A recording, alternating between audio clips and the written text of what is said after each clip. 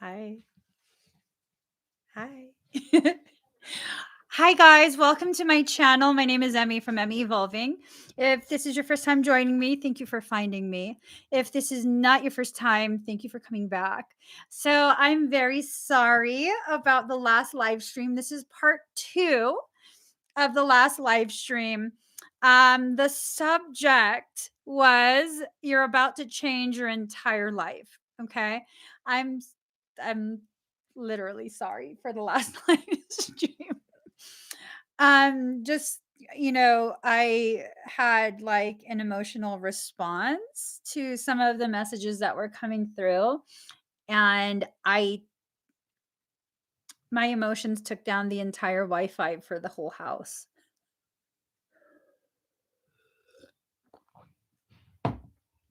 I took down the whole Wi-Fi. So let's just kind of recap.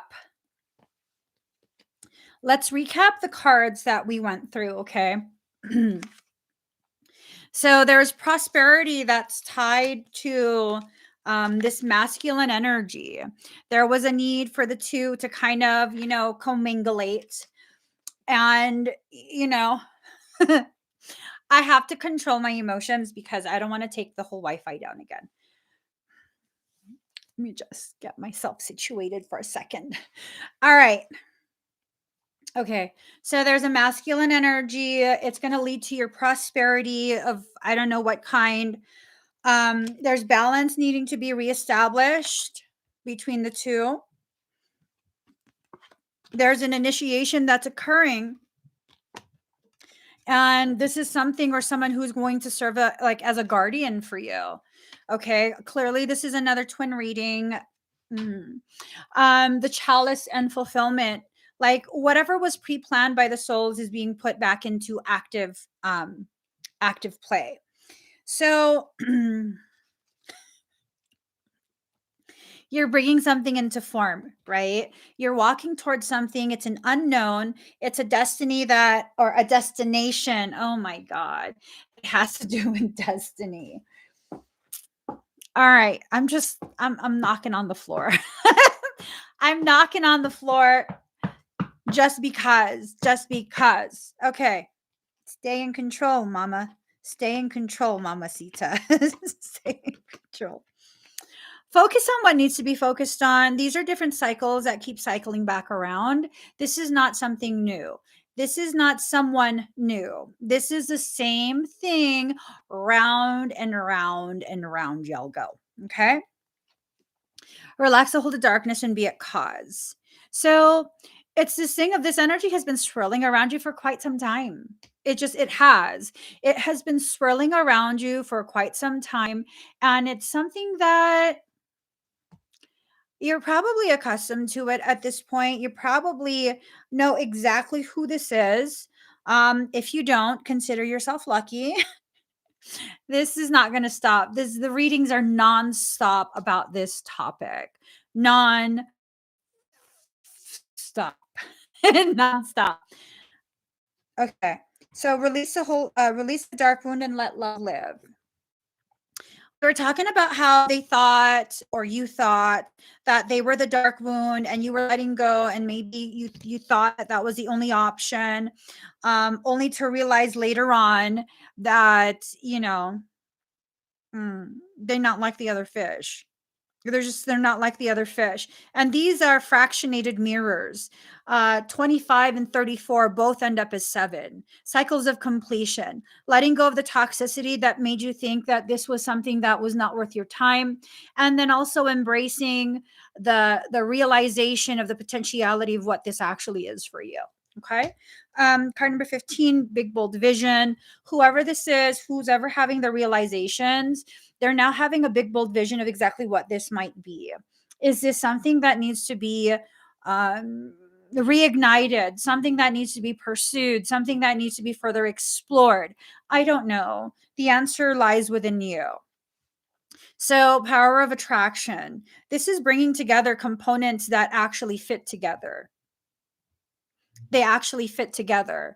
They're part of components that create a larger tapestry that ends up becoming that divine destiny for all who are involved, intertwined with that, those two strings. This is about entanglement, quantum entanglement. This is about the string of destiny. If you've never heard of the string of destiny, it's an old Japanese belief that there is this divine string that connects you to all of the people that you have to have a connection with in this life. And that string leads you all back together. It's not just with one person, it's with quite a few. The souls who you agreed to incarnate with and have interactions with in this life. Okay? So this was the card that shut down the whole Wi-Fi.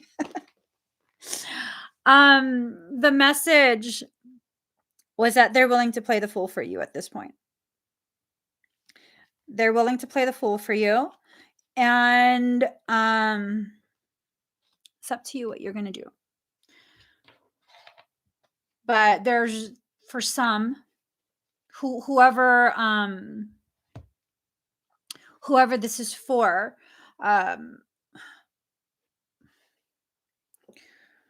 there's no more ego involved. There's no more trying to prove anything. I think you both have proven whatever point that was needing to be proved. And now it's just this thing of how do we reestablish a wholeness of something that was fractured. It's almost like the sense of trust was fractured. Sense of self was fractured.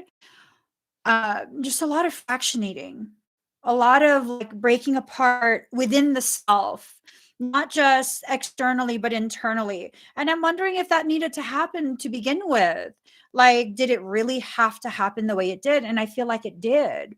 I feel like we had to become maybe fractured to that degree so that we could better release, dissolve whatever it was keeping you from truly seeing. Like sugar and things that you need to melt for baking, it's a lot easier to melt it when you first fractionate it. When you fracture it, when you break it up to smaller components, it's much easier for you to utilize it in the way you're wanting or needing to utilize it. So this is about utility, using things in a way that they are meant to be used. Allowing for different processes to occur. It's time to let go of the emotions that are negative. It is.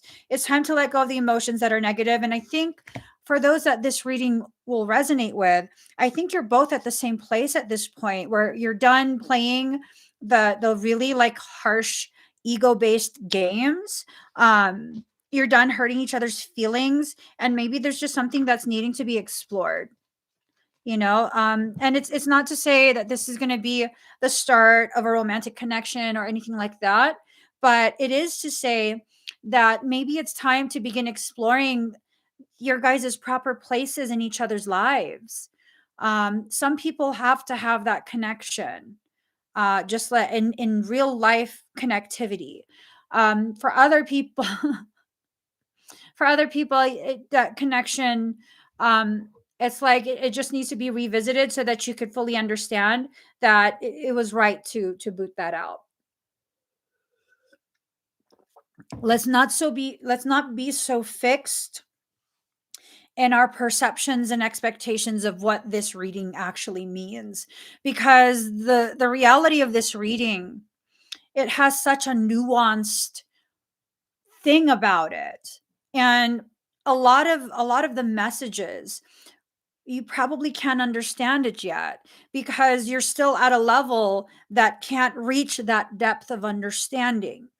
And all that means is you need to allow yourself to expand more in your level of awareness. Release any expectations, any preconceived notions of exactly what this means. Like, I know what she means. It just means this. And it's not just that. I don't know what that is, but it's not just that. I promise you. It's all of it. This message pertains to all of it. And so we have to really release whatever our expectations are. Like, oh, they hurt my feelings before and they're just going to disappoint me. Honey, the only one that disappointed you was you, because you had some sort of expectation that was not aligned with the reality of who that person was at that time. I know I've disappointed people. I know that. I know I've disappointed people who thought I was something that I wasn't at the time they thought that I was. And it's not that I'm not that, it's that I wasn't that when you needed me to be. And yeah, it created some depth of disappointment, some depth of sense of abandonment, probably. Maybe some people felt as though I intentionally hurt their feelings. And I mean, do I ever really do anything intentionally? Not really. I'm only partially ever present for any circumstance in my life. Am I actually intending to hurt people's feelings? No. No. If I'm really intending to hurt your feelings, there's not going to be any question about it. You will feel hatred coming from my heart. And I just don't have it in me to hate people, not even people who are malicious to me. It's just not who I am. That's not how I am. I do have layers and levels of self protection, layers and levels where I keep the very delicate parts, very delicate thoughts that I have.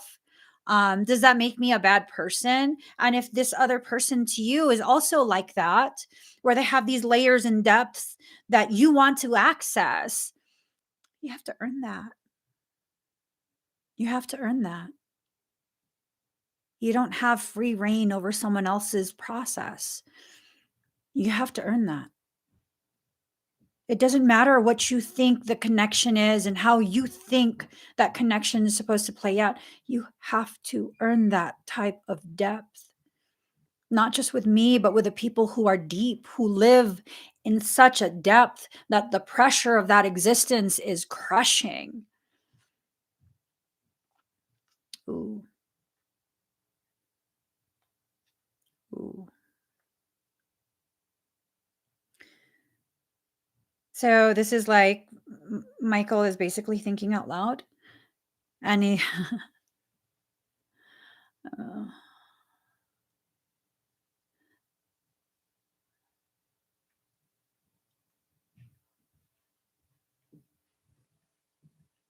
so he's talking about how, one person exists at a depth that's so deep. And as you guys know, just like the ocean, the deeper you go, the more the pressure. Once you reach a certain depth, the pressure becomes so great that any vessel that contains any type of air, it will be crushed. And what is air? Words that are left unspoken. Because what is audible communication? It's a controlled exhale. As you exhale your air, the pairing of your vocal cords, the positioning of your tongue and your mouth, paired with the exhale, all of that, it's just a controlled exhalation, a release. And I guess there were things that was not said. And that is crushing the person. I mean, do we really want someone else to hurt just because they didn't have the courage to speak? No. No. So then how do we resolve it? How do we resolve it in this life so that the karmic load doesn't carry forward into another lifetime? You have the conversation. You have the conversation, and that's it. That's all. You have the conversation, and then you move forward. And however you move forward, you just move forward. There's no set way that is the right way to move forward. You just move forward or you don't. And that's just that. You either move forward or you don't. And I'm wondering if many of us, myself included, have not moved forward because, I don't know, emotions, different types of perceptions. Maybe for some, it felt like a sense of betrayal because you had some sort of expectation because someone outside of you told you this is how it's supposed to play out. And it didn't play out the way that person said it was supposed to play out. And now you feel betrayed in some way. Now you feel abandoned in some way. It doesn't matter what other people say is supposed to happen. If it is not in alignment with the truth of what all the souls involved in that situation planned, it doesn't matter. It's irrelevant. It's not applicable. And that's part of what really irks me about the whole twin flame topic, is that there's so much bullshit that's been propagated. So much. We all are like seedlings in the orchard of life, and they've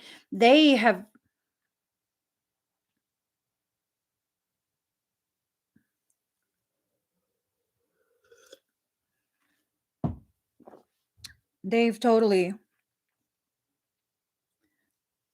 the gurus have lied to you. They lied to you. Their words, like glyphosate sprayed upon your leaves, taken in by your roots. They lied to you. All the fruit that you will bear are tainted.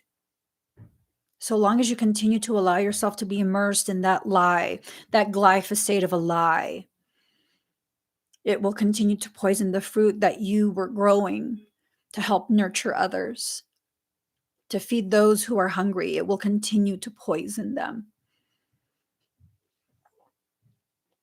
And it's not just because, like, I'm absolutely granola and yeah, so what? I am. Okay. I like healthier things. I like a healthier lifestyle. The fact still remains, whether I'm granola or not, I have a very distinct awareness of glyphosate and its role in spiritual development and the ways in which it helps to not just halt, but reverse ascension mechanics. It's hard to ascend when your brain is poisoned with heavy metals. Glyphosate acts as a cage as part of a synergistic toxicity process. It acts as a cage and it transports all of these heavy metals across the blood-brain barrier, the very barrier that was created by divinity itself to protect the brain. Your protection's gone. And that's why the pairings were allowed to descend back onto this earth, to reestablish a new way. And instead of being allowed to, the gurus were taught lies from draconians. And you guys believed it. Those were all lies. You just needed to know the other existed. It's like this awareness of matter and antimatter in the dance that they have.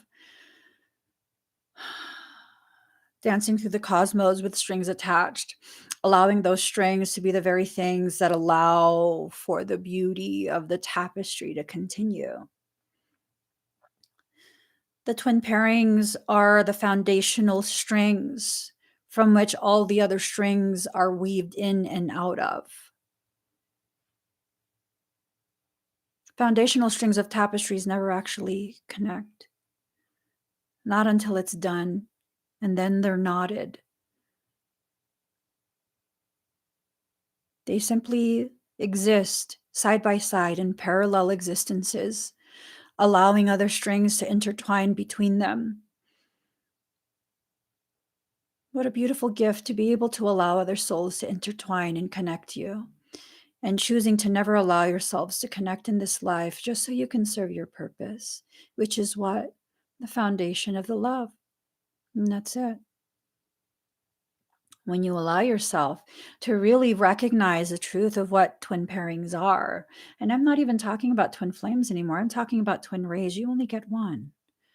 There's only one of those. There's several twin flames, quite a few actually. Those are your fraternal reflections. The twin rays, you're identical, both being born whole people, not missing a part, being born whole, and having existed in the same amniotic sac, swimming in the same birth waters, made of the same genetics, etheric genetics, yet still being completely whole. Still being completely whole. To believe that you are not whole is to be the parasitic twin. the one that's a detriment to the existence of the other. You still believe you have a half that's missing? There's nothing missing. Simply an awareness and an understanding of what that awareness is presenting to you. That's what's missing. It's not a part of you that's missing. It is not their job to make you whole. It is your job to recognize the wholeness that you already exist within. And if you can't do that, they cannot come back. Because creation exists with fail-safes. Your weakness will not taint the other. That's a harsh reality to understand. You're waiting for something to come back that will never come back until you work on yourself and allow yourself to become something so far beyond the limitations of what you thought. So far beyond the limitations of what you thought. The truth of a twin ray pair, not divine union meaning sexual interactions, that's a bullshit logic. The truth of a twin ray pair, the two, is that they've lived as more than just romantic partners. Their lives are so intertwined. Their soul existences are so intertwined that they've been parent and child. They've been best friends. They've been opponents. They've been all sorts of different things. Each existence helping to further refine and redefine all of these different questions and experiments their souls want to experience together. There was nothing ever really about romantic pairing. Nothing. Nothing. Nothing. And the truth of what those pairs are, I mean, modern society will vilify it. Look what happened with Jesus and Mary Magdalene. That's his actual counterpart. She was the more powerful of the two in a society that was dominated by toxic patriarchy. She was the voice. He was the delivery method. Do you know why he allowed himself to be crucified? To give her time to escape. Her and their children. That was the only reason he agreed.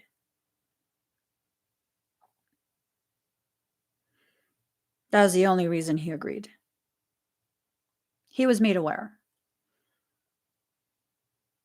He presented himself in a garden because he was aware. Why was she not in the garden with him? Because she had already left. She left. She was hidden away. That's the reality of what's going on. Sometimes one has to be hidden away in order to allow for the growth.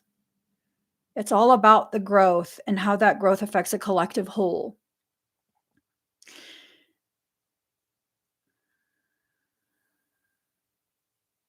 Twin rays sign a Palladorian contract that extends through the entirety of that soul's lineage. Every single lifetime that contract is active. Palladorian contracts cannot be altered. Palladorian contracts involve the development of the two souls, in addition to the development of the souls who witness those two souls.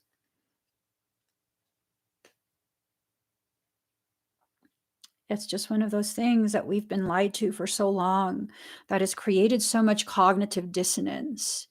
Why would they create this storyline of twin flames are supposed to be romantic partners? Because the human race has been so starved of a depth of connectivity. That's what we are seeking. And the best way to manipulate people is through Hegelian dialectic, psychological warfare, where they exploit your very insecurities. They structure societies and even family units to create division and separation. And any individuals who don't follow the program that create the division and separation, you are alienated. Why in the United States, as soon as a baby is home, they have to be in their own room, their own crib, all alone, when for 9 months held in a mother's hug within her body? Why? People always ask, when they, in the rare instances that people ask to meet my children, and they ask me like, "Oh my God, your kid's so smart." Skin to skin contact nonstop for the first 2 years. And then from that point on demand. They're never forced to sleep in their own rooms. Ready and they ask, a room is created for them. But until they want to, you are welcome to sleep in my room, in my bed, however you want. You need my arms wrapped around you while you sleep? Yes, sir. Is this tight enough? That creates an increase in the folds within their brain. That increases intelligence. Stimulation increases intelligence. How are they stimulated if they're never with you? How did you feel not having anyone around as a child? This whole separation thing. And you know what that does? It creates this longing for a connectivity that is so deep that even society can't break it. What if you already have that?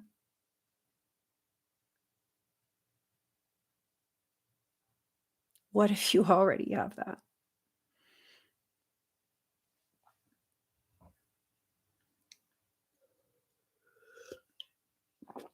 Because you do. You already have that. We all do. We all do. All of us who have a twin ray who has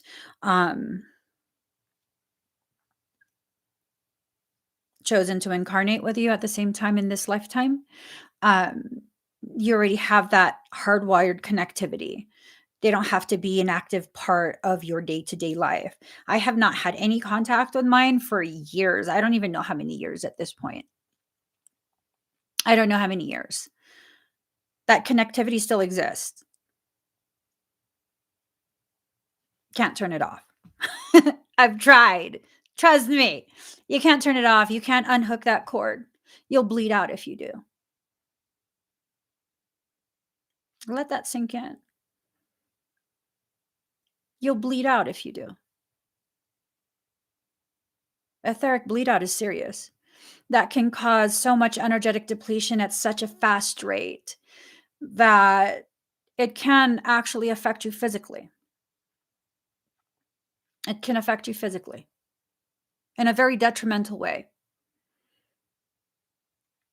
It causes you to be more susceptible to parasitic influence, parasitic infestations, breach, all of that. That cord exists for a reason. That is the only cord, along with a parent-child cord, that can never be unplugged. Only 2 cords.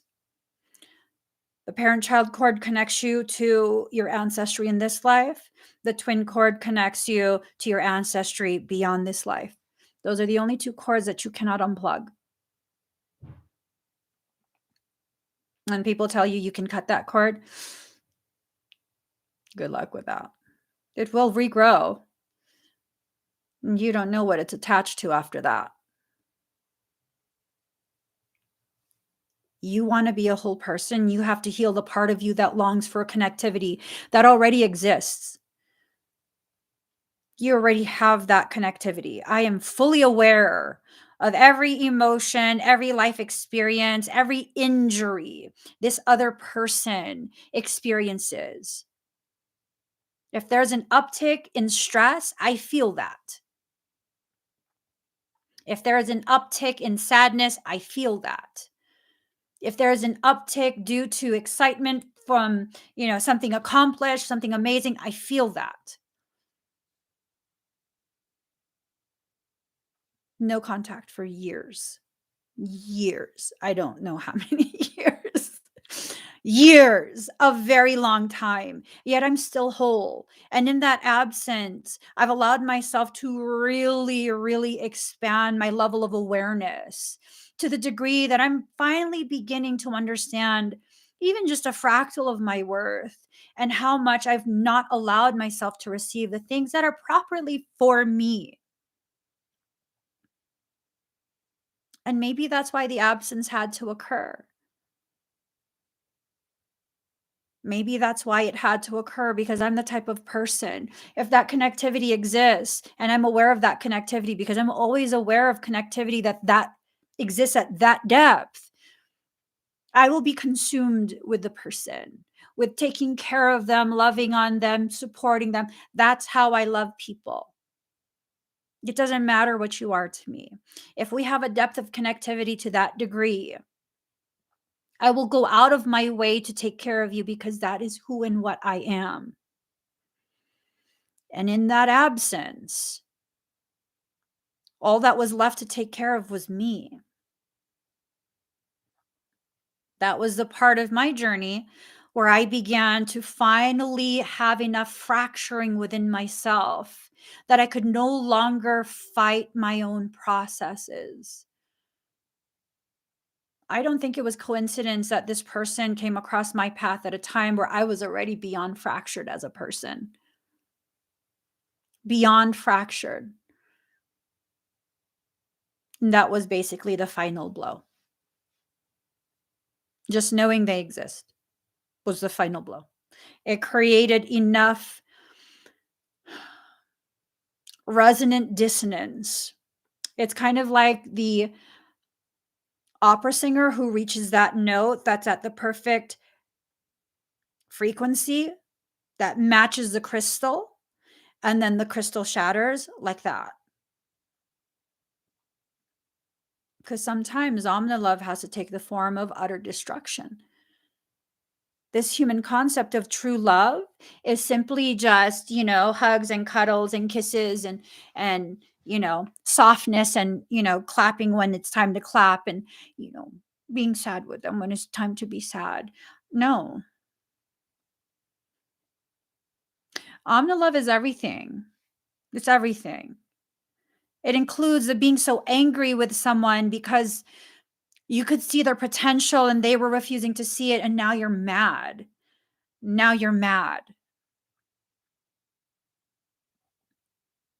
Omni Love involves utter destruction at times. Not because you intend to destroy someone else, but because your love carries with it such a truth that the resonance shatters the vessel containing the essence. There's a depth to that. Yeah. And some people who don't understand might be like, well, then, that's messed up. Like, why would you shatter the vessel, And then what? Let it spill out and you don't get that? Well, okay. That's okay if you don't get that. What's happening is what's contained within the vessel. That's primordial energy. It's formless, shapeless, has no limitations. Hydroplasmic frequency, liquid light, it's the life blood of creation. It can take any form that it chooses to take. And once that vessel is shattered, that lifeblood is free again to circulate rather than being so contained. And just because the vessel looks beautiful doesn't mean shit. When you contain something, you remove from it its limitless potentiality. Why did I have to be fractured by the knowing that someone exists that is a perfect resonant match to my crazy as fuck energy? Why? Because I had to be fractured to be set free. No more Stepford soul. No more just trying to please people. No matter how hard you try to please someone, it's never going to be enough. If they cannot appreciate you as you are, sitting idle, they just can't appreciate you, period. They just can't. They're incapable. Don't hold it against them. but don't hold them with you either. When someone shows you that they can't understand you and don't want to understand you, leave it at that. You don't have to be understood to exist. If you are a lower reflection of that divine essence, creation, the moment you begin defining this God, it's the moment it stops being that. It's part of the reason why I don't resonate anymore with religion. Organized religion, you call God a he. Where's the she of it? Because if you're fractionating God into a polarized gender, where's the she? Because now it's not complete, it's only half. We were made in his image. Okay, if we were made in his image, we have mothers. We are born of the womb of women, that sacred chalice. The Sophia, the owl representing wisdom, carrying with it the sacred vessel, making a deposit into the chalice. I mean, where's the mother? Oh my God, you're so blasphemous. So are you. Don't only tell me half the story. If we were made in his image, where is our mother?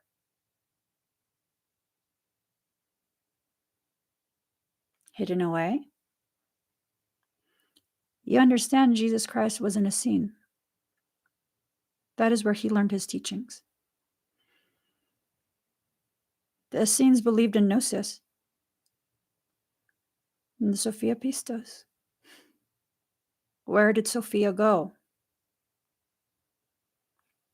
And if you don't know any of these terms, that's how I know you've been lied to. I say this as a Catholic, baptized and confirmed all my sacraments except for the one you give right before you die. I want to know where our mother is.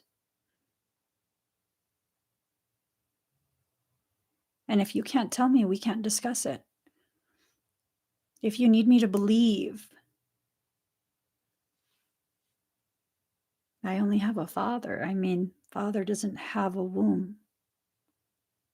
The Vesica Pisces, it's the coming together of two separate consciousness, and in that merger point, that sacred yoni, the entry point to the chalice, that's the commingulation of the two parts coming together to form a new being.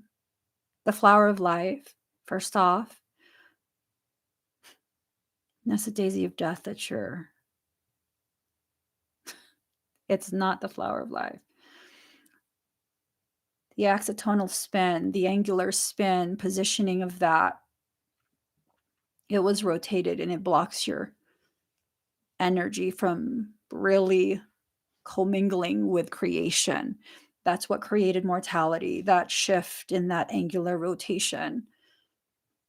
But the truth of the flower of life is every single time the mother became curious and stepped just slightly beyond the borders of her known world, she created a new form through thought, through question. She did this alone, while he held the space to keep her safe in her exploration. That's the truth of the twin rays. He holds the space to keep you safe as you explore. Explore your world internally and externally, allowing you to develop new versions of yourself as you explore. You were never left alone, ever. You were never left alone. But the world will teach you that you are, and that you deserve to only be alone until you play the role you are told to play. I'm not an actress, motherfucker. I'm a scaled down version of Sophia, a mother and wise. I will explore myself in my created reality as long as I see fit.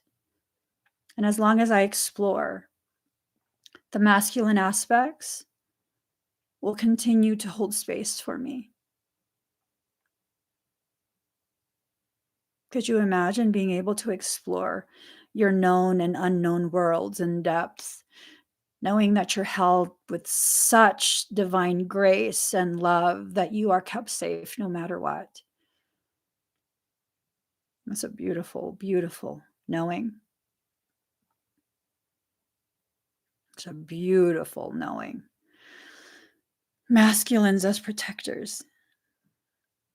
It tells me a lot that society now tells men that, you can't be what you are. First, they said you couldn't be the toxic. First, they said that if you have any type of sensitivity, if you feel emotions, then you're not a real man.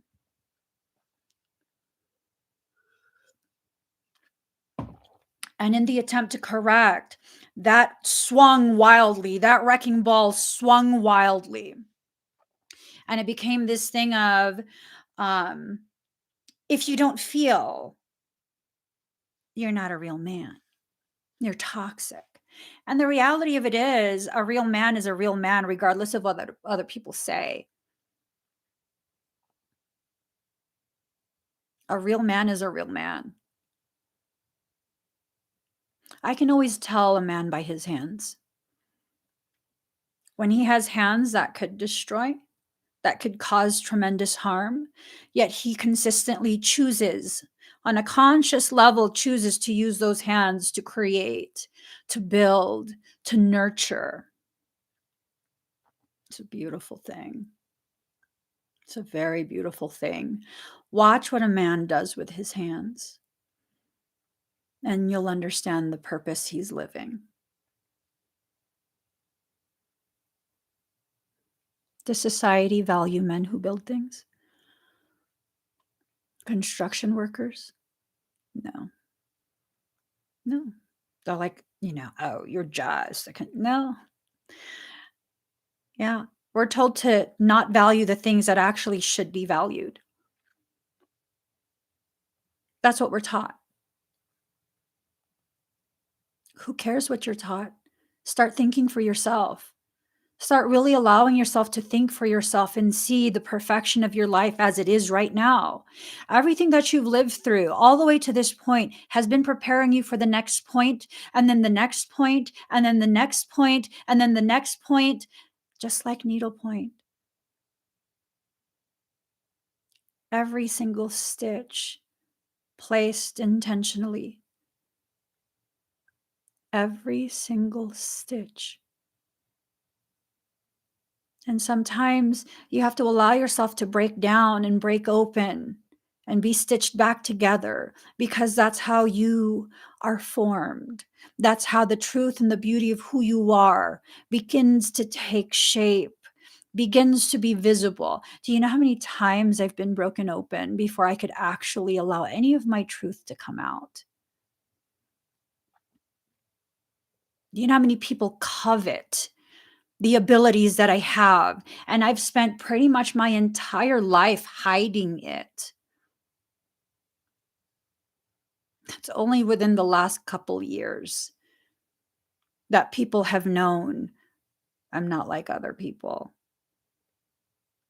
And really, it's within the past, 2 years that people have realized I don't think like other people.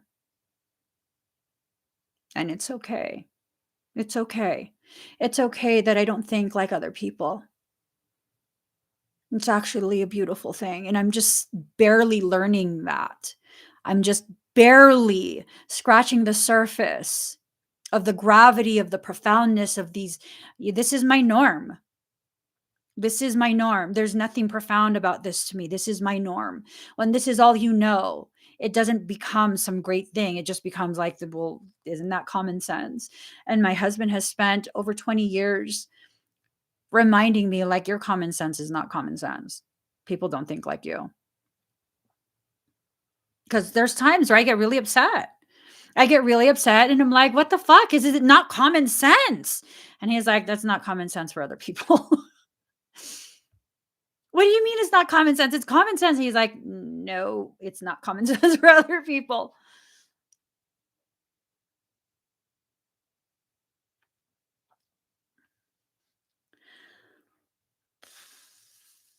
I was told I'm a shadow master and karma lord, but I have no idea what either of those mean. Consider yourself lucky.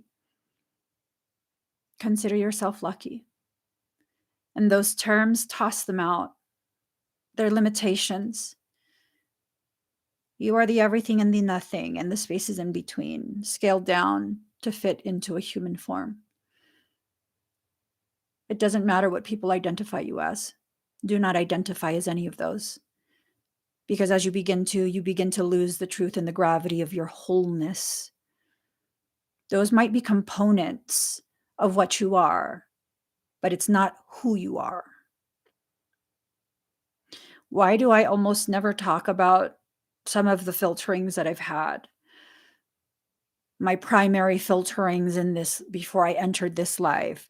Why do I never identify as something other than me? I will not be limited. I will not take specific roles. And in order to take those roles, I have to pass up on other things. I won't. I just won't. I refuse. Brandy, Brandy? Brandy with a knee problem? Brandy?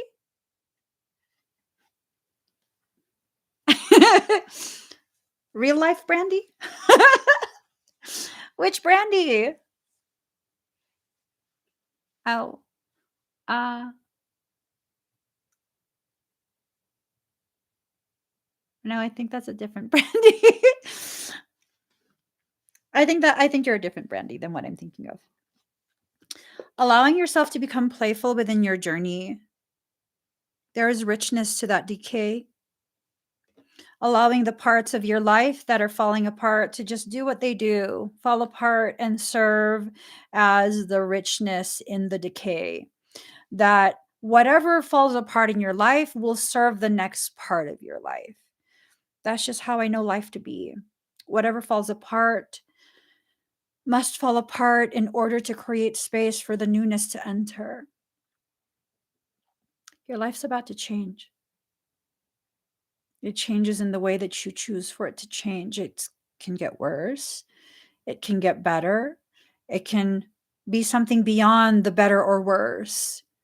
It can be something that is so profound that there is no longer better or worse. There just is. And in that being, that presence,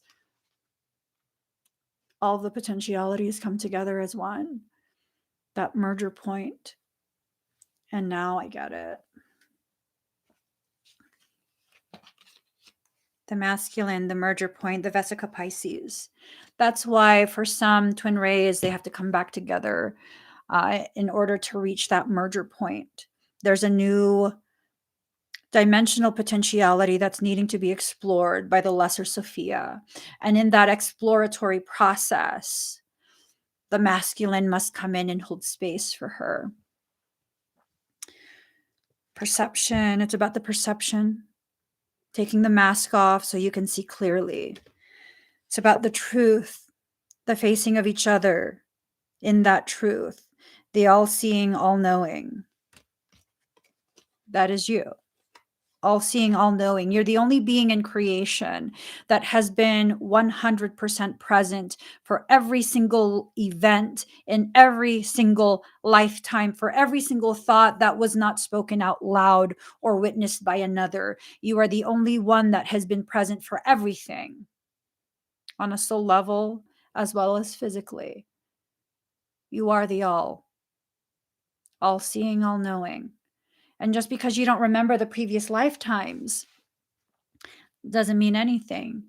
There's a potentiality that you shouldn't remember those lifetimes because it would affect your trajectory in this one.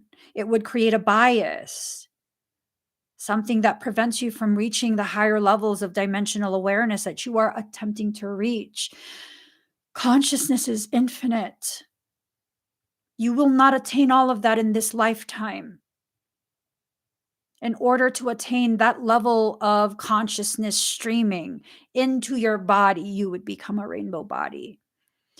Your physical structures would implode and your body would collapse within itself. Look it up. That's what the rainbow body is for the Tibetan monks. They work their entire life to attain a level of awareness that would open the door. And when you allow that level of frequency in, cellular structures implode.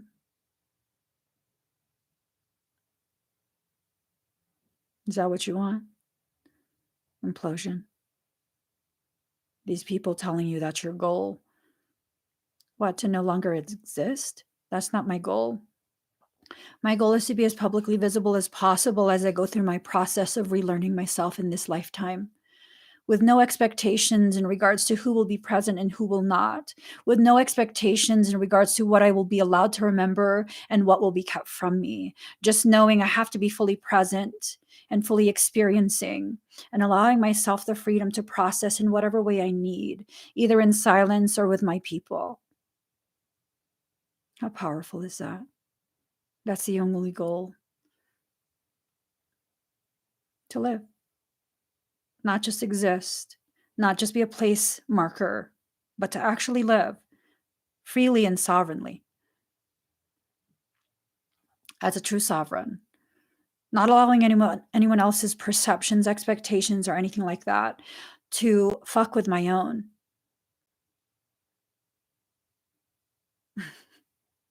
No one's. Not family, not friends, no one. And that's not to say I don't have people in my life whose opinions, perceptions, I value beyond value.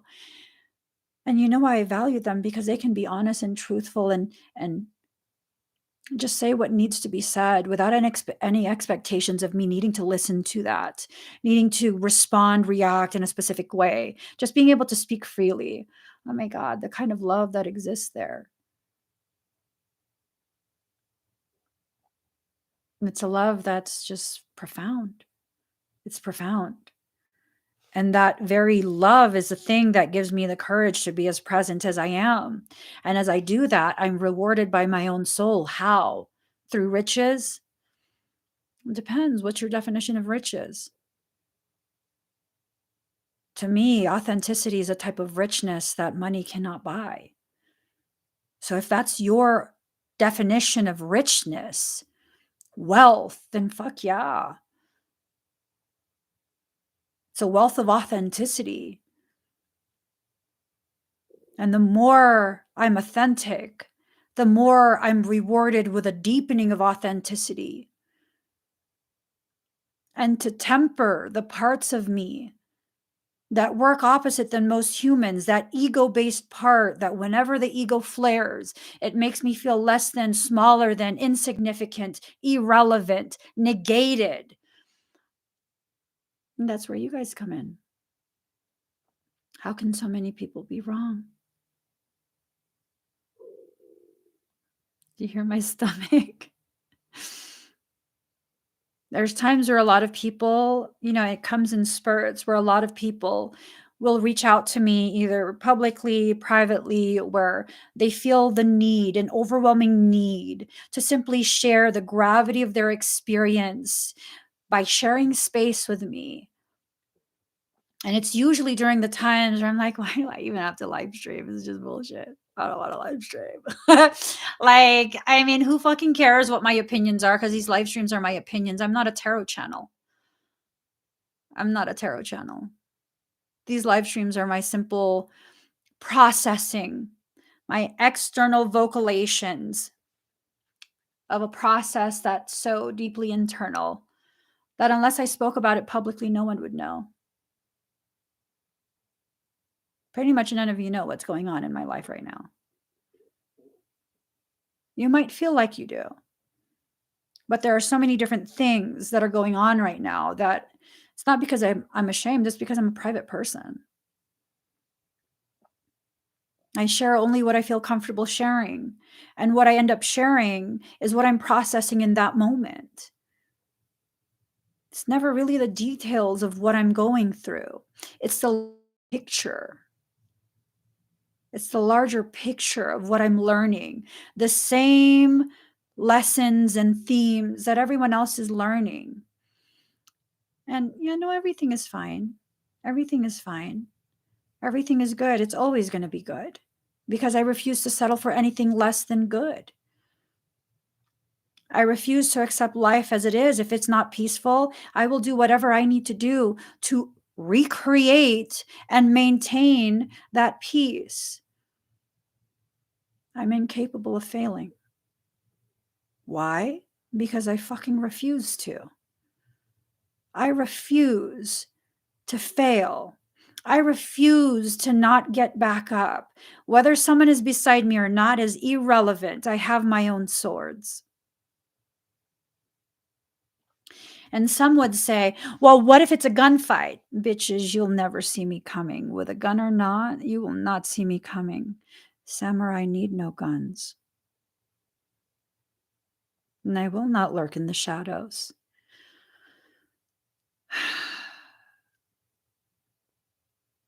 I refuse.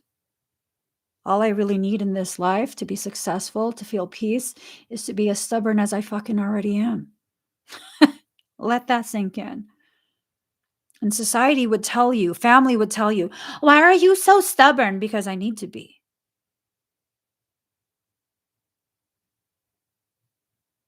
Why can't you just? Because I can't.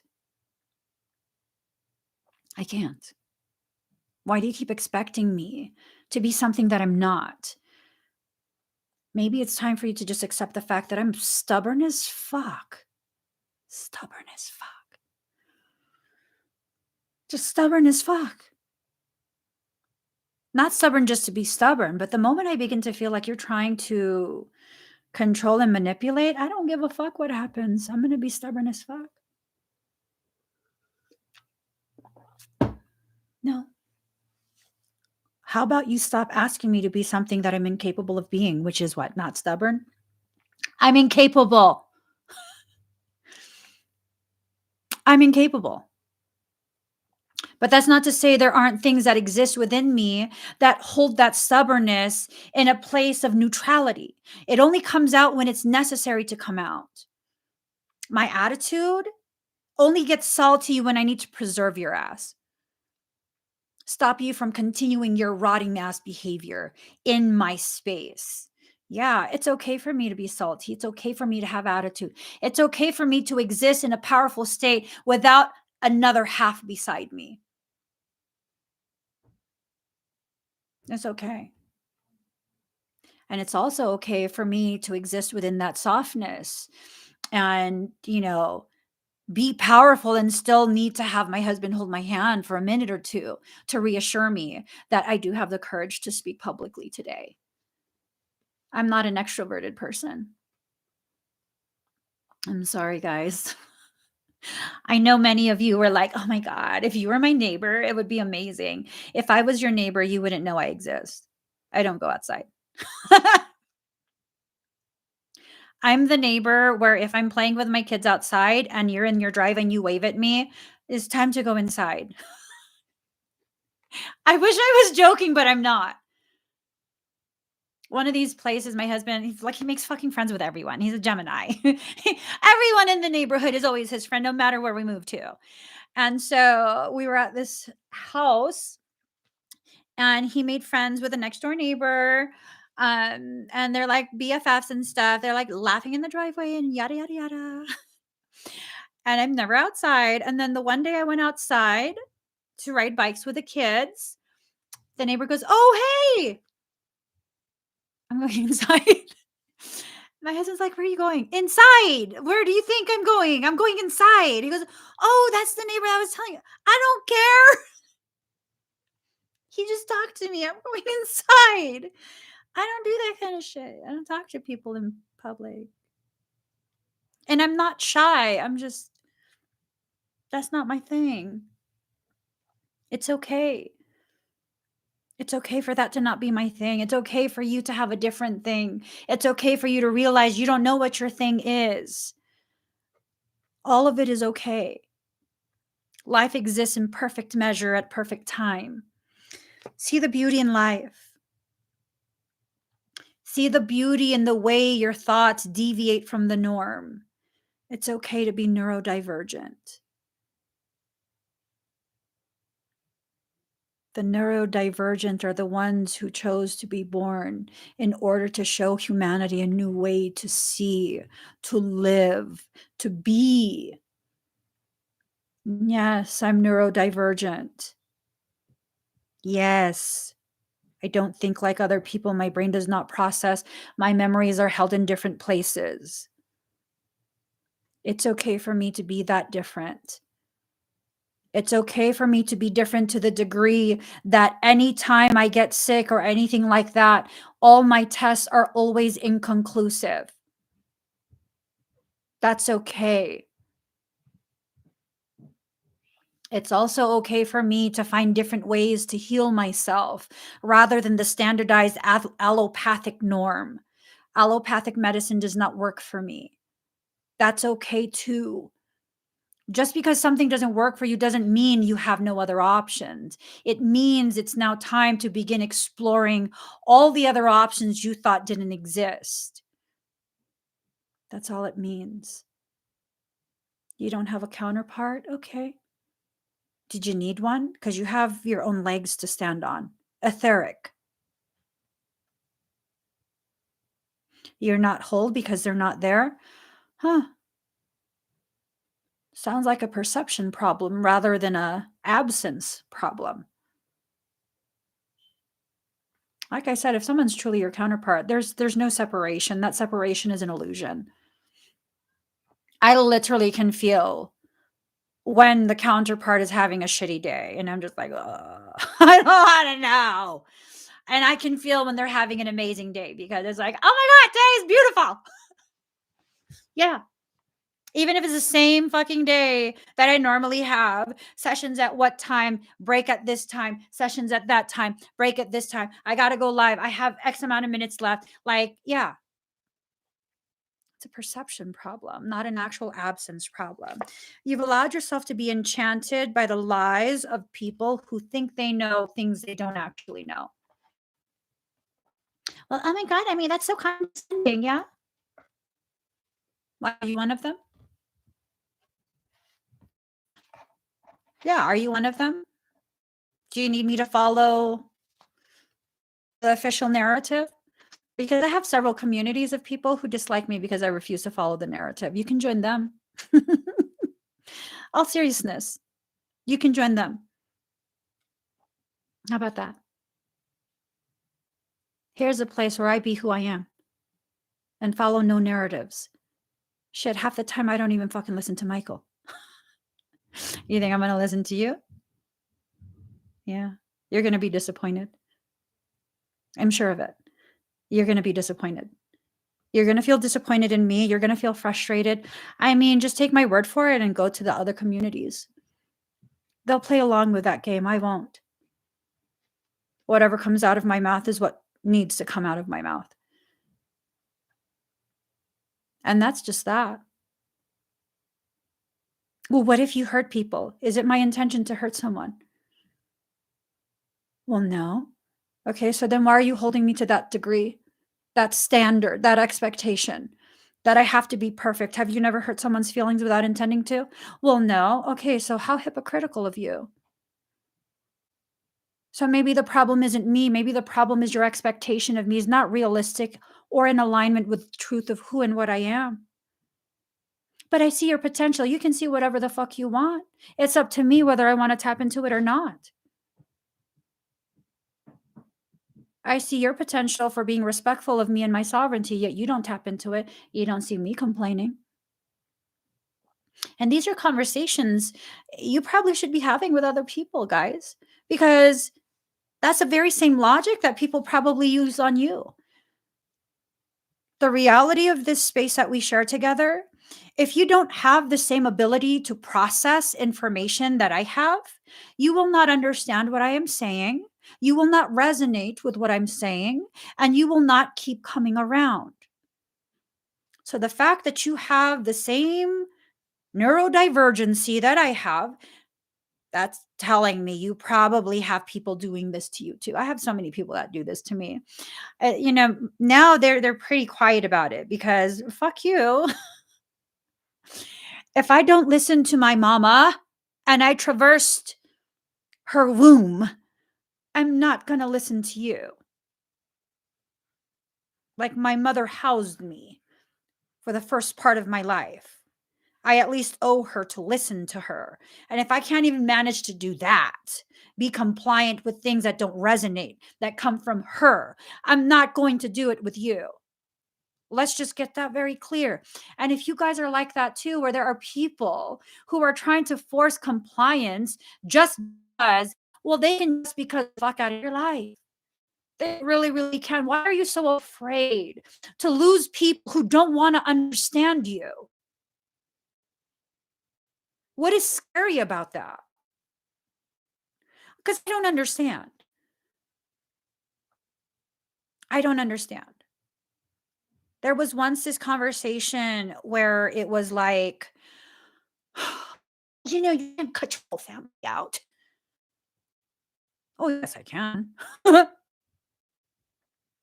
You can't. You can't do that. Why the fuck not? Because that's your family. Do I feel like family?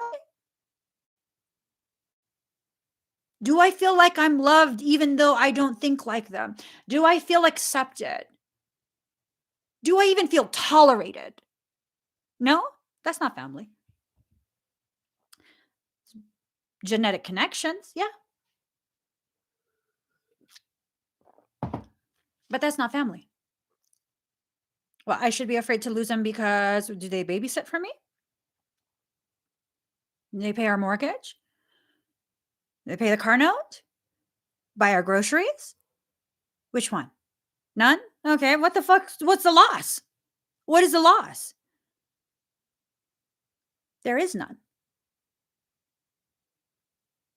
And for most people who are neurodivergent, we won't accept help because we understand the price to pay for that help is far beyond the price that's appropriate for the minimal level of help. It's okay if people don't understand you or your needs. That's fine. Stop wasting your time, your energy, and your etheric space on that shit. It's bullshit. It's bullshit. Use your time, your energy, your etheric space to create an orchard, one that will sustain you, one that will continue to produce beautiful fruit to nurture, nourish you, one that will create opportunities for you to have shelter during inclement weather. That's what's important. When I cleared all of that out, all of that toxic obligatory existence, it freed everyone in my life to be authentic and be sovereign as well.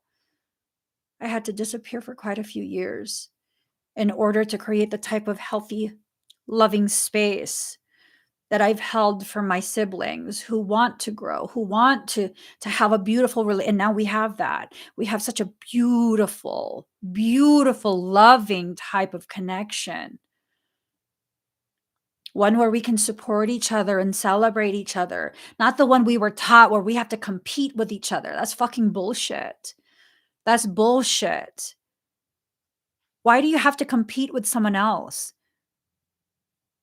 The only reason you would need to compete is because you don't understand the gravity of your value as you are. And so now you're looking for external validation, confirmation that you're as good as you are. If you don't know that on your own, you're going to live a life of war. That's just a fact. You're going to live a life of war, internal as well as external. You want peace? You got to lay the weapons down. And you will not lay those weapons down until you feel safe and secure in your space. And so long as you don't allow yourself to feel how powerful you actually are, you will continue to feel unsafe and continue to look for opportunities to flex on other people so you can prove to yourself through tyranny that you're actually powerful. Let that really sink in. You want your life to change, it begins from the inside. No one has to do anything for you. No one has to cater to you. No one has to understand you. No one has to do any of that for you. Do you think I came to this place of power within myself because people did this for me? No one did anything for me. I had people who, they're still my friends to this day, and they tried, but they couldn't do anything until I allowed myself to receive the truths that they were speaking. If you continue to blind yourself from what your life actually is and the ways that current life differ and take you further away from the life you should be living, then no one's going to be able to help. Maybe you have battered wife syndrome on the etheric level. Maybe you've been so battered by other people's thoughts that now you defend those thoughts. Do you know anyone that has battered wife syndrome, battered spouse syndrome? They know they don't deserve to be harmed. They know they deserve more. They want more. But the moment you take the aggressor away, they will fight you. The one they ask to help, they'll fight you. They'll defend the aggressor, the person who's doing this to them. They will defend that person. But I'm just trying to help. They don't care. You're taking away their supply. That is the person who gives them that external validation that they deserve to suffer. And you will not take that away from them.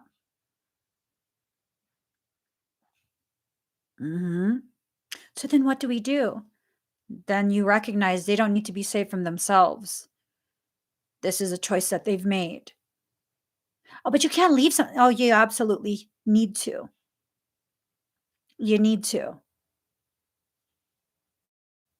Because doing that, knowing you can't do anything, that it has to be their choice, and still trying, first off, that's a violation of their sovereignty. Secondly, there's very real potentiality that you're using that person as a person project. That's enough of a project that you'll be too busy to work on yourself. And you can allow yourself to get into that type of logic. That's just no, don't allow that. Allow yourself to become so focused on your growth that all the distractions are recognized as nothing but distraction. And the harsh reality, you're saying someone's a distraction at me and they're hurting. Yes, that's exactly what I'm saying. Me recognizing someone for a distraction is not the same as me saying they have no value and that's all they deserve. Those are two separate things. Those are two separate things. Separate them in your mind already, or your life does not change. It's not going to change if you continue to see the world and the people in your life in that way. Where if someone's going through something, it's your job to save them. Are you Captain Save-A-Ho? And some people might be laughing, but that's the reality of it. If you want to constantly save someone, then you're playing the role of Captain Save-A-Ho. And that tells me you think all these other people in your life are nothing but hoes. That's a complex, isn't it? Like a God complex? You think you're better than everyone? Oh, it's fucked up for me to say that. Have you ever explored that? That maybe that's what you're thinking? You think that you can, yeah? No, it's not that? Okay, so then the other option, because there's only ever two options, right? So if you don't think they're hoes and you're better than them, and that's why you're saving them, you're avoiding working on yourself. And I set you up for that. I absolutely set you up for that. Which one are you? Right. Now you're mad. Around. I almost took out the Wi-Fi again. Let me just finish this reading. I got to get going. Allow yourself to be centered in your power. And this divine counterpart is a reflection of your power. Okay. So there's no need to fear that masculine energy. There's no need to fear the feminine energy either. There's just a need to allow for the exploration of your thoughts, your feelings, and where you are right now. Okay. Yo, I'm just saying, yo no soy marinero. Yo no soy marinero, soy capitán, soy capitán, soy capitán. Para bailar la bamba. Para bailar la bamba se necesita y arriba. Ba, ba, bamba. Bamba, la, ba, bamba. All right. Let me calm it down. Yo soy marinero. Yo no soy marinero, soy capitán, soy capitán, soy capitán. Okay, card number 34, Arcturian activation. You're needing to allow your inner healer to activate, to come forward so that you can heal yourself.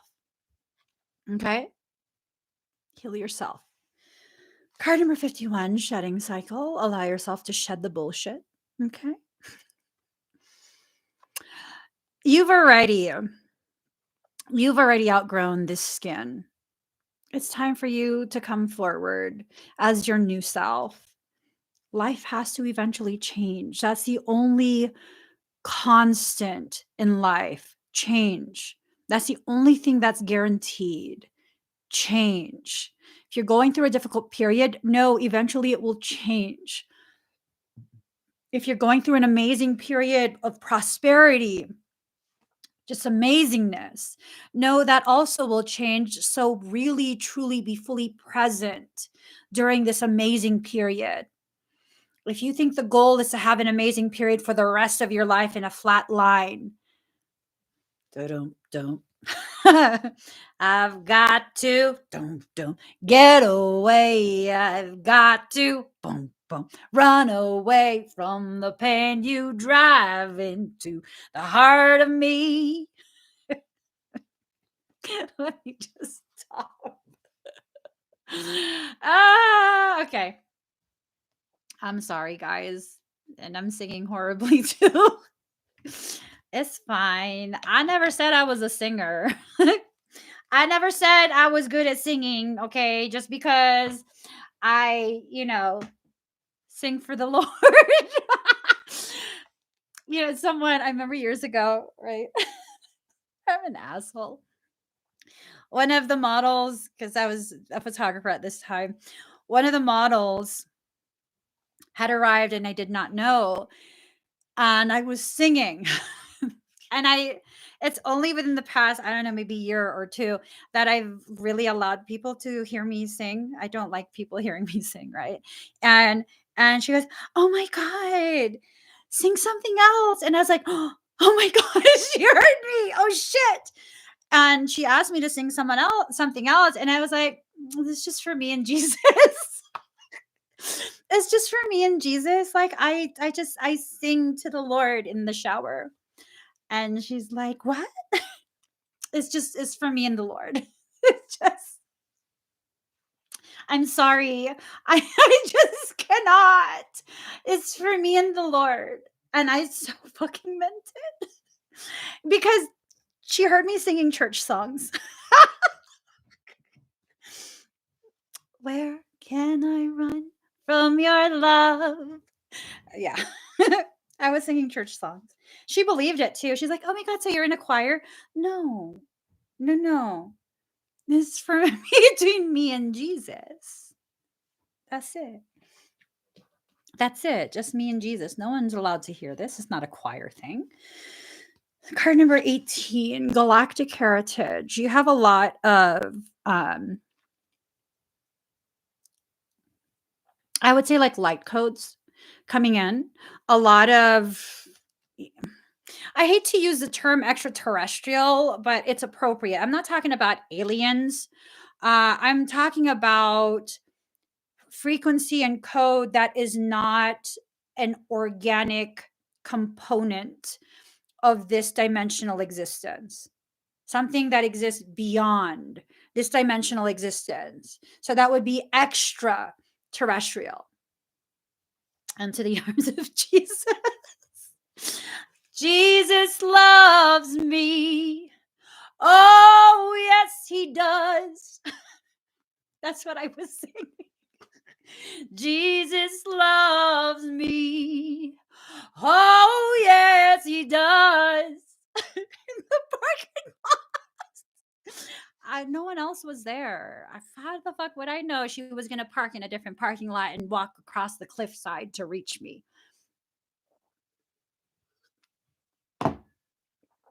I was doing her makeup on location. We were at like um cliff sides over the ocean, overlooking the ocean, and I didn't know. Jesus loves me. Card number 39, protection sigil. You're very protected as you're going through this process of shedding and whatnot. You're protected. Part of what's going on is this fear to let go of your identity as the wound. If you have carried a wound prominently for long enough, you'll begin to identify as the wound. And when people come across your path, people who have genuine desire to see you healthy, see you succeed, see you rise like the phoenix you are, it becomes a very scary thing because of the fact that if the wound doesn't exist and I identify as a wound, then who will I be? Reborn. That's what you'll be. Reborn. Hello. No, it's hard for people though. Like,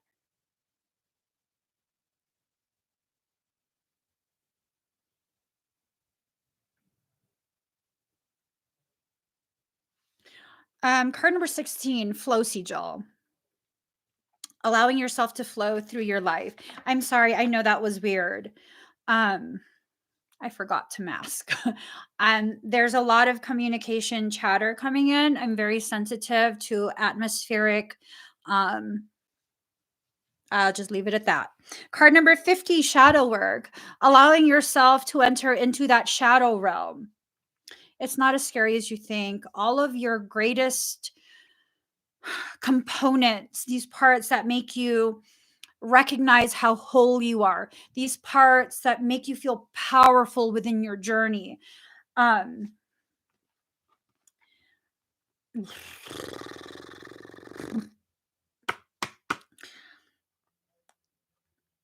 So, for whatever reason, my clock is sometimes my clock will switch between the local time and Colorado time. Sometimes when I'm in Colorado, I keep switching to California time. It's just some weird shit, right?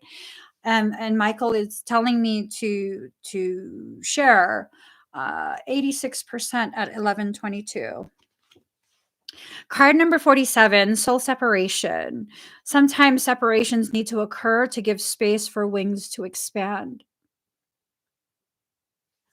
If you want to fly, you have to first know the wingspan you're working with, right? Your wingspan that you're working with. So, card number 25, interference. There is something that's trying to trigger all of your insecurities in order to interfere with the process that you're in.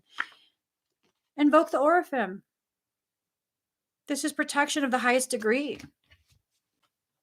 Allowing yourself to receive the protection that is rightfully yours.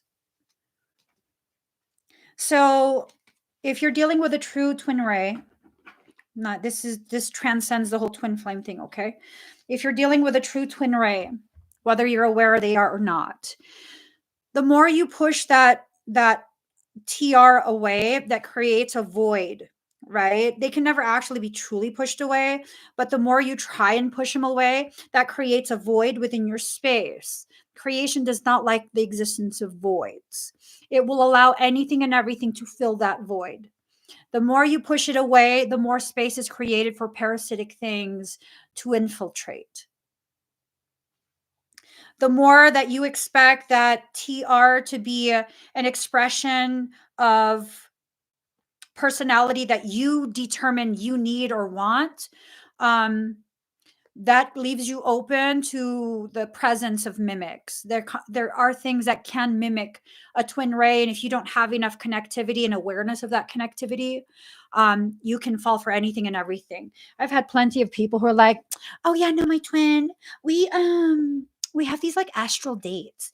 Astral is where all the demonic things are from." I'm not joking. Parasitic things are the grunts, the large multitude of grunt demonic beings. They live in fourth dimension. Even the grunts are highly skilled at mimicry. Highly skilled at mimicry. Who exactly were you dating again? You're going on astral dates with whom? No, it's my twin. Okay. Are you asking me for my opinion, or were you kind of just venting and sharing? Because if you want my opinion, I will tell you that feels like a demon. People don't like me saying that kind of stuff. People don't like me saying that kind of stuff. I'm just saying.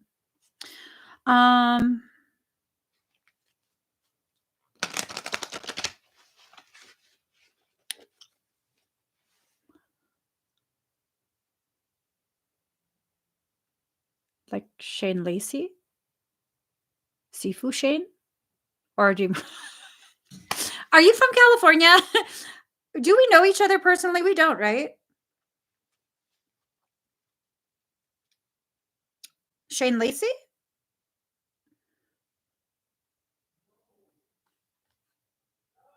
Okay.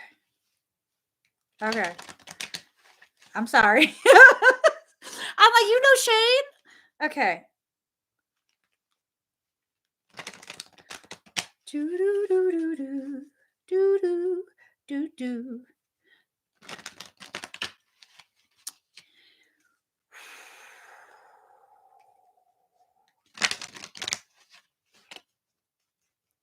All right. Final card.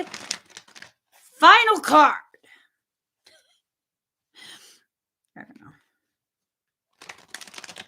Jesus loves me. Oh, yes, he does. You know what? I don't want. I was gonna. Jesus loves me. Oh, yes, he does. Jesus loves me. Okay. Card number 39, Blessing of Zara. Let go of thought. Don't take it into your heart. You are naked and thought is like ice. You use thought to seek release from suffering and pain, while thought is a cause of your suffering and pain. The realm of creation is outside the scope of thought. O foolish one, see the opus and behold the beauty. Look in the direction from which the images flow. See the brook that causes the wheel to turn. Looking in the direction from which the images flow will give you the root causation of what you're seeing. Oftentimes, what many of us see because we are so disconnected from the truth of our divinity is nothing but a glamour, an illusion, a storyline and narrative that helps to better enchant you and cause you to consciously choose to remain within the programs that run. Find the roots and you'll find the solution. It's the only way to do it. I wish to pull that false confection from your mouth. I know you'll open your mouth even wider to scream like the terrible cry of a toddler denied. But the moment you open your mouth wide and draw breath to bemoan the outrageous travesty of your loss, I shall shove my divine finger, dripping with nectar, into your gaping mouth. I'll let you suckle then, surprised and contented by the sweetness that surpasses all other sweets. When we are hungry, we reach for what food is available. If we are starving, we may gorge upon what is before us, only to find ourselves overfed, undernourished, in a most uncomfortable and dissatisfied state. Your soul needs better quality food. It's been detoxing. You have been shedding old thoughts, feelings, pains, and struggles. Memories of the past have been flooding out of your soul like parasites being expunged. And now, your soul, thus cleansed, is in need of genuine nourishment to restore it to full radiance and vitality. Love will feed your hungry soul. Nothing less shall suffice. No sweet-talking charmer hell-bent on seducing and moving on will make the grade. No, it has to be nothing less than genuine romancing by the great beloved to feed, comfort, and nurse you into radiance. Only that divine finger dipped in the heavenly honey can be taken in by your soul now. All else will seem as empty junk by comparison. What can we summon? Oh, but can we summon the strength to overcome habitual and mindless attempts at feeding on lesser substances? Yes. The great beloved shall storm through the kitchen and with military precision clear out the cupboards, for only the best and the finest, most decadent and delicious shall do for you. This oracle comes with special guidance. You are being given the blessing of Zara, of radiance, of brightness. This blessing has a purpose. It's to clear out that which would obstruct your full unfoldment to support the divine jewel of your soul in shining. You are being given an opportunity supported by life, by the earth, by the grace of the divine beloved, to shed toxins from your being. These may be physical and they may equally be of emotional, psychic, or psychological origin. They may come from this or another lifetime. You may understand consciously what's being released, or you may not. If you are sensitive, you may feel symptoms of detoxification at a physical level, even if what you are releasing is emotional or psychological in nature. You are encouraged to complete the sacred honoring ritual, to stay adequately hydrated, and to be moderate rather than excessive in your approach. Give your body and mind time to rest and replenish so that blessing can be fully received. If you have been unwell or struggling to let go of an issue, this oracle comes as a portent of imminent healing back to good health and of release of the issue into resolution and divine radiance. It's only a matter of timing, and that timing is imminent. This oracle also brings you the message that if something appears to be leaving your life, even something painful to release, it's because it's no longer healthy for you or no longer supporting of life for you. There's something more loving and beautiful awaiting. Do not try to feast upon scraps. Stop scraping in the dirt for stale breadcrumbs. Rise up and move towards a seat at the lovely heavenly table gleaming before you, for a greater feast awaits your attendance. This is about healing. Healing to the degree that your broken heart is no longer broken. It was never creation's intention to break your heart. It only wanted to break you open.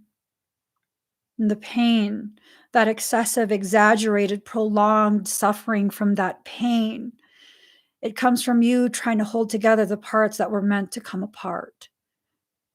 So let go. Allow. Really, truly allow. Just allow. No forcing, no rushing, no halting, no pausing, no slowing. Just allow. Allow your body to speak to you in ways no other person can. Allow your body to tell you through the positioning of that pain, that illness, which emotions have become toxic. Allow yourself to rediscover why those emotions exist. If you feel disappointed, is it someone else who disappointed you? Or was it your expectation of that person to be something they're not?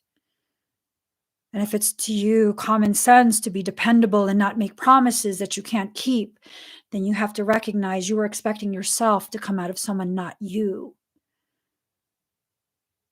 You're the only one that exists. That's you. No one else. There can be many people who are similar to you, look like you, speak like you, branded like you. There's ever only one you. When you can understand the value of that, you'll stop being threatened by the existence of others. It doesn't matter how many people try to be the next Emmie. There will only ever be one Nicolina. Only one.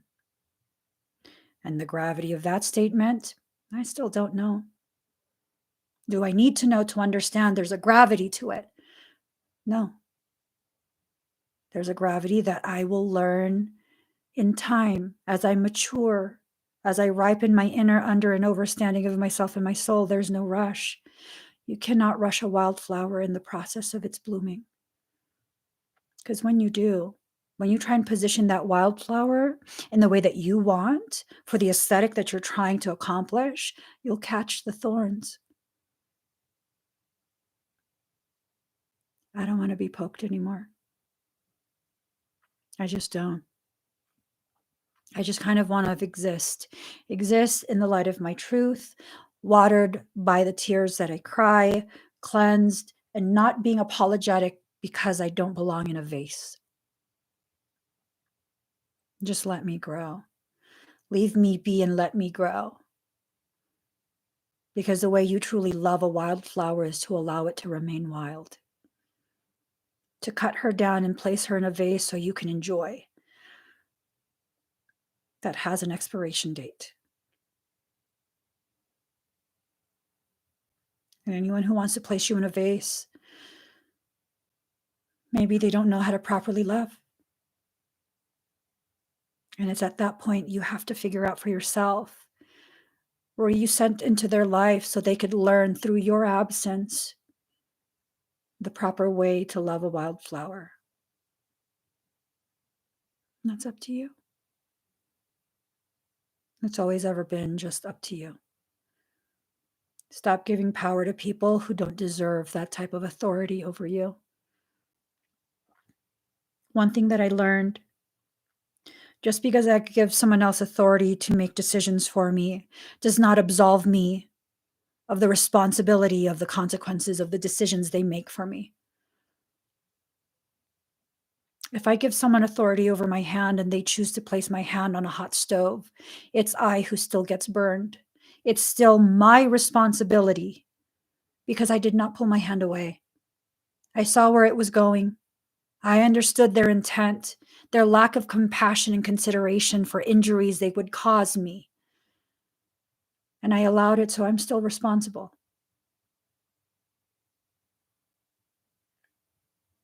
And instead of being upset, instead of staying upset, instead of blaming my soul or their soul or any of that, maybe it's time for me to recognize this whole process. It was nothing more than a process to help me see that I cannot be burned by my own fire. I'm a phoenix after all, am I not? Is a phoenix afraid of the flame? No. So being afraid of the fire tells me I'm afraid of myself. That's not acceptable.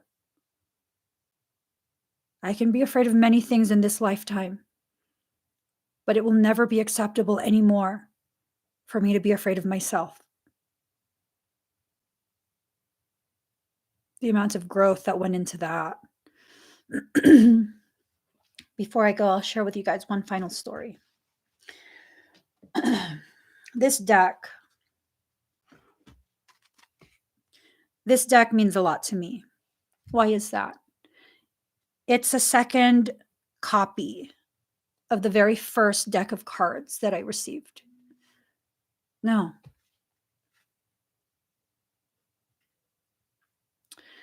So the very first set of cards I received, it came from one of my friends who understood to some degree the gravity of me and my logic, my perception.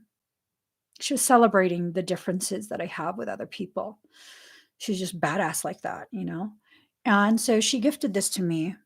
Never owned a deck before. We both came from a Catholic high school. Like, we're both ingrained with this knowing like cards are evil. Oh my God. And I figured because it was from her and, you know, it's like it doesn't have scary things in it, as pictures are all nice and pretty, that it's safe. And as I began to use this deck, the first one, it really created a hyperfixation in trajectory projections. I was really cultivating my precognitive abilities. And then it became scary because it was accurate. And I couldn't explain in scientific terms how I was able to know these things that I know. And because the cards were confirming all the information that I was naturally pulling in, it became damn near impossible to pretend like I just imagined these things. So then I began to see these cards as evil. I read somewhere that if you open a portal to evil things, you have to burn it to cleanse it. You have to burn it. So we were at a campground, an RV park in Utah. And I decided the cards need to be burned. Like I need to find my way back to Jesus. Mind you, I pray every day, right? So I never really actually left Jesus. I just had cards with me. And I went ahead and I took a butane torch and I tried to burn the cards. I don't know what the fuck those cards are made of. Them bitches would not burn. They would only singe the edges of the cards. They wouldn't burn. With a butane torch, they would not burn. And it was to the degree that I asked my husband to help me because now I'm really scared. Like, what the fuck did I do? Like, these cards won't burn. And I freaked out. And so I had my husband burn them. And I don't know if he actually burned them or if he just, I told him they need to be damaged enough that no one else could reuse these cards because they're evil. Evil, yeah. And then years later, Michael brought this information across my path because those cards were always on me. So they're infused with my energy.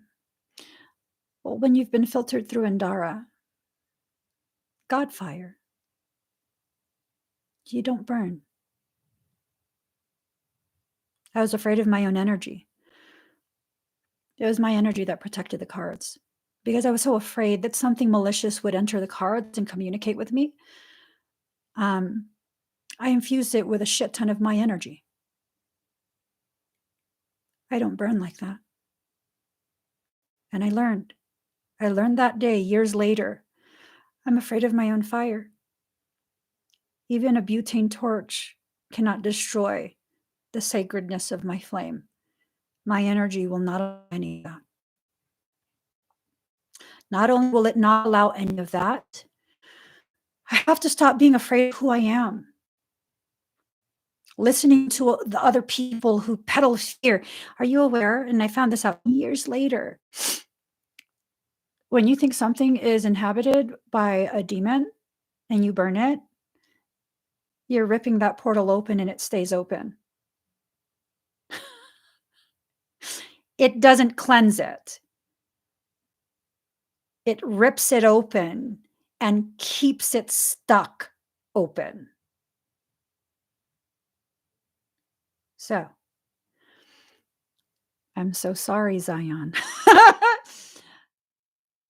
It's good energy, though. It's good energy.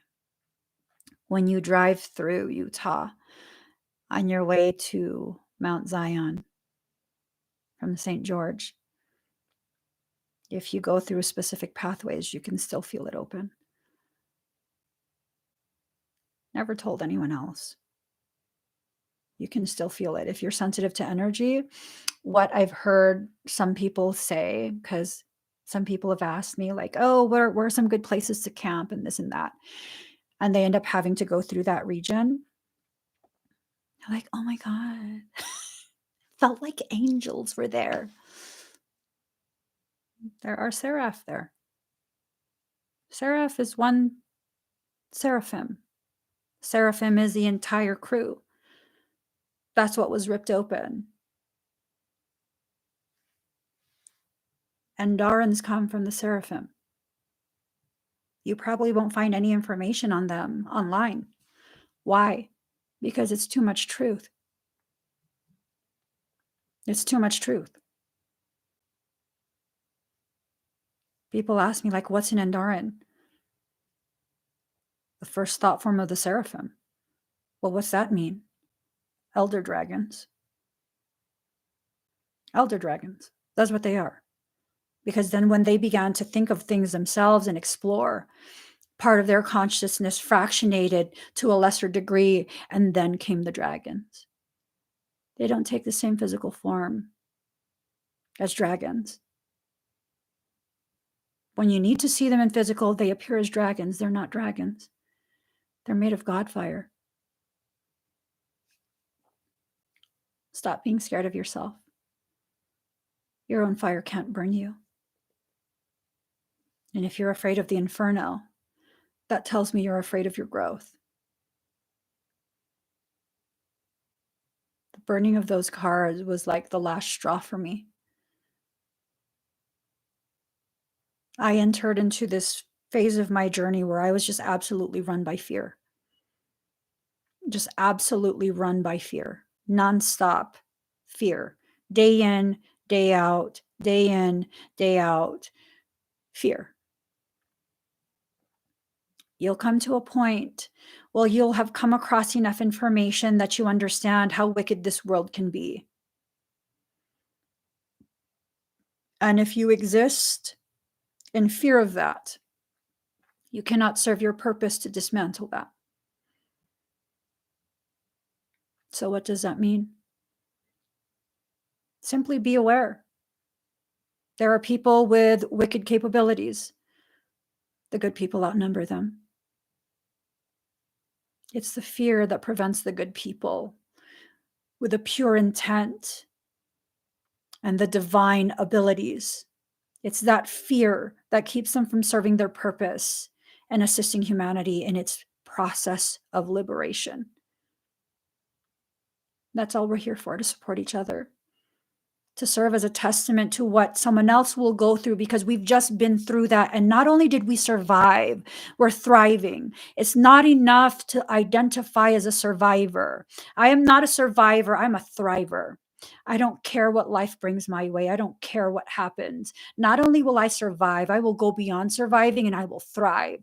And I will do so publicly to give you a clear knowing. Not only will you survive, not only do you get out through to the other side, we're dancing and drinking on that side. It's just some good shit. It is good shit. There's nothing to be afraid of. It's okay for you to feel fear. It's okay for you to feel negative emotions. Fuck the whole high vibe culture. That's toxic positivity.